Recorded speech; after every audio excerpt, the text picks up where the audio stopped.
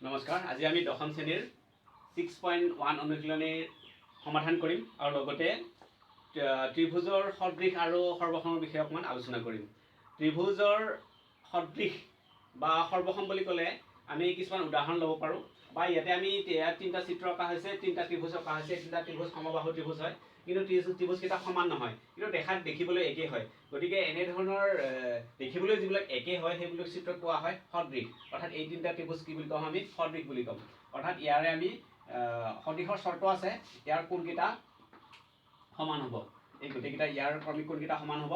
লগতে ইয়াৰ যিটো বাহুৰ অনুপাত, সেই বাহুৰ অনুপাত কেইযোৰো সমান হ'ব। এই দুটা ত্ৰিভুজৰ উলিয়াব লাগিলে এই দুটা ত্ৰিভুজৰ ক্ৰমিক কোণ দুটা সমান, লগতে বাহু দুযোৰো সমান হ'ব, অনুপাতটো সমান হ'ব। গতিকে সদৃশ বুলি ক'লে আমি যেনেকুৱা যিমানবোৰ বৃত্ত আছে সেই গোটেইবোৰ বৃত্ত সদৃশ হয়। আমি বৃত্তটো এটা সৰু হ'ব পাৰে, এটা ডাঙৰ হ'ব পাৰে, দেখিবলৈ কিন্তু একেই হ'ব। গতিকে সকলোবোৰ বৃত্ত সদৃশ বা সকলোবোৰ বৰ্গ সদৃশ। বৰ্গ দেখিবলৈ একেই। আমি জানো যে বৰ্গৰ চাৰিটা বাহু সমান আৰু প্ৰতিটো কোণ সমকোণ হ'ব লাগে। গতিকে এইটো এটা আমি সৰুকৈ বৰ্গ লিখিছোঁ, তাতকৈ এটা ডাঙৰ বৰ্গ লিখিছোঁ। এইটো এটা বৰ্গ, তাতকৈ আৰু এটা ডাঙৰ বৰ্গ লিখি দিলোঁ। গতিকে বৰ্গ যিমানবোৰ বৰ্গ আছে গোটেইবোৰ বৰ্গ কি হ'ব, সদৃশ হ'ব, সমান নহ'বও পাৰে।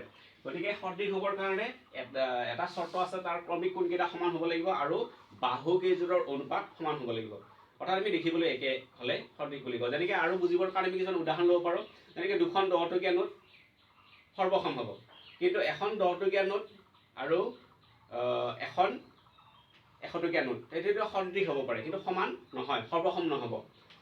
বা ঠিক তেনেকৈ মুদ্ৰাৰ ক্ষেত্ৰত আমি ক'ব পাৰোঁ, যিমানবোৰ আমাৰ মুদ্ৰা আছে, ঘূৰণীয়া মুদ্ৰা আছে, সেই মুদ্ৰাবিলাক হ'ব সদৃশ। গতিকে সৰ্বসমৰ ধাৰণাটো হৈছে সমান হ'ব লাগিব। তেনেকৈ এইমাত্ৰ ক'লোঁ যে দুখন 10 টকীয়া নোট সৰ্বসম হয়, দুখন 100 টকীয়া নোট সৰ্বসম, বা দুখন 2000 টকীয়া নোট সৰ্বসম হ'ব।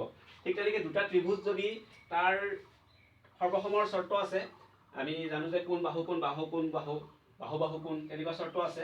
সেই চৰ্তলৈ আমি নাযাওঁ এতিয়া। আমি জানো যদি আমাৰ প্ৰতিটো বাহু সমান হয়, এই বাহুটো এই বাহুৰ লগত সমান হয়, এই বাহুটো এই বাহুৰ লগত সমান হয়, বা এই তৃতীয় বাহুটো এই বাহুৰ লগত সমান হয়, এই কোণটো এই কোণৰ সমান হয়, এই কোণটো ইয়াৰ লগত সমান হয়, আৰু এই কোণটো ইয়াৰ লগত সমান হয়, তেতিয়াহ'লে কি হ'ব, সেই দুটা ত্ৰিভুজ সৰ্বসম বুলি কোৱা হ'ব। অৰ্থাৎ সৰ্বসমত কি হ'ব লাগিব, তিনিওযোৰ কোণ সমান হ'ব লাগিব, তিনিওযোৰ বাহু সমান হ'ব লাগিব, পৰস্পৰ সমান হ'ব লাগিব, ক্ৰমিক। তেতিয়াহে আমি সেই দুটা ত্ৰিভুজ সৰ্বসম বুলি ক'ব পাৰিম। কিন্তু সদৃশ বুলি ক'বৰ কাৰণে আমাক সমান নহ'লে হ'ব, আমাৰ কি হ'ব, কোণকেইটা সমান হ'ব লাগে কেৱল, আৰু বাহু কেইযোৰ সমানুপাতিক হ'লেই তাক কোৱা হয় সদৃশ। গতিকে আমি ইয়াত ত্ৰিভুজৰ সদৃশৰ বিষয়ে আলোচনা কৰিছোঁ। ইয়াত 6.1 অনুশীলনীৰ 1 নম্বৰ প্ৰশ্নত কৈছিলে যে কাষৰ বন্ধনীত দিয়া শব্দবোৰৰ খালী ঠাই পূৰ কৰা। 1 নম্বৰ দিছে যে সকলোবোৰ বৃত্তই সৰ্বসম সদৃশ। অৰ্থাৎ 1 নম্বৰ যিটো প্ৰশ্ন আছিলে, সেই প্ৰশ্নত কৈছে যে সকলোবোৰ বৃত্তই আমাক কৈছে যে সকলোবোৰ বৃত্তই আমাক দুটা শব্দ দিয়া আছে, এটা দিয়া আছে সৰ্বসম, এটা সদৃশ। গতিকে সকলোবোৰ বৃত্ত সৰ্বসম নহ'ব পাৰে, কাৰণ এটা সৰু এটা ডাঙৰ, এটা ডাঙৰতকৈ ডাঙৰ হ'ব। এনেধৰণৰ বৃত্তবিলাকক আমি কি বুলি ক'ম, সদৃশ বুলি ক'ম। সকলোবোৰ বৃত্তই সদৃশ, এইটো সৰ্বসম নহ'ব। তাৰপিছত কৈছে যে সকলোবোৰ বৰ্গই ঠিক তেনেকৈ সৰ্বসম আৰু সদৃশ বুলি কৈছে। কোনটো আমি বাছি উলিয়াব লাগে, সকলোবোৰ বৰ্গই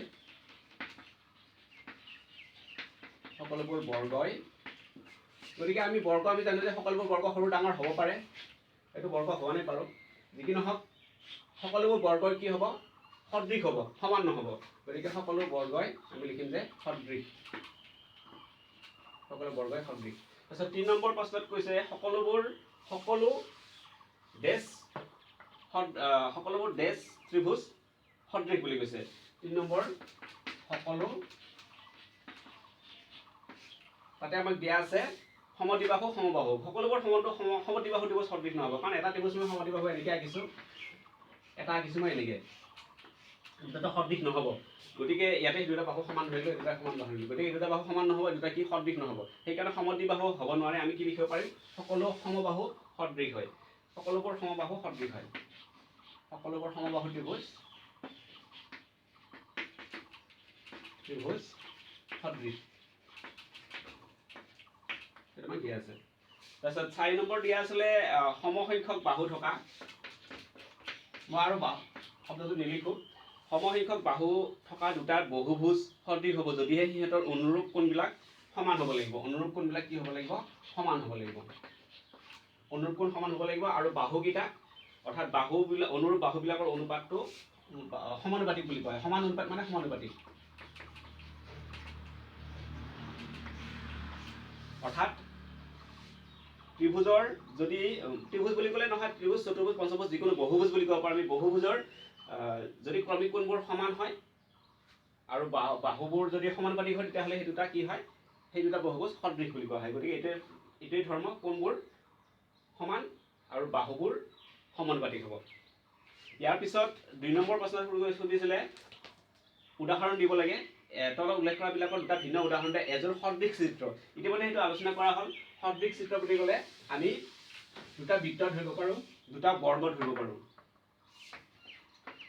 1 নম্বৰ দুটা বৃত্ত বা বৰ্গ, দুটা বৃত্ত বা বৰ্গ, দুটা বৃত্ত দুটা বৰ্গ তেনেকৈ ক'ব পাৰোঁ। ঠিক তেনেকৈ এযোৰ অসদৃশ চিত্ৰ। অসদৃশ চিত্ৰ বুলি ক'লে আমি কি ক'ব পাৰোঁ? এতিয়া অসদৃশ স্পষ্ট হ'ব লাগিব যে চিত্ৰটো কেতিয়াও একে হ'ব নোৱাৰে।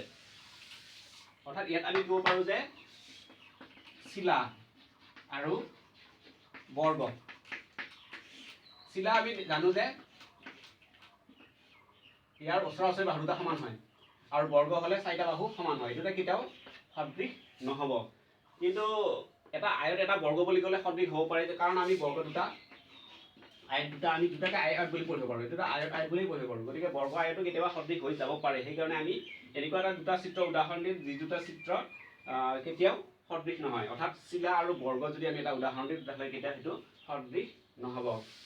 বা এটা বিষমবাহু ত্ৰিভুজ আৰু এটা সমবাহু ত্ৰিভুজ কেতিয়াও সদৃশ নহ'ব। তেনেকৈ আমি উদাহৰণ দিব পাৰোঁ। তাৰপিছত 3 নম্বৰ প্ৰশ্ন এটা আছে, সেই চিত্ৰটো সমাধান কৰিলে হ'ল, চেষ্টা কৰিলে হ'ল। ধন্যবাদ।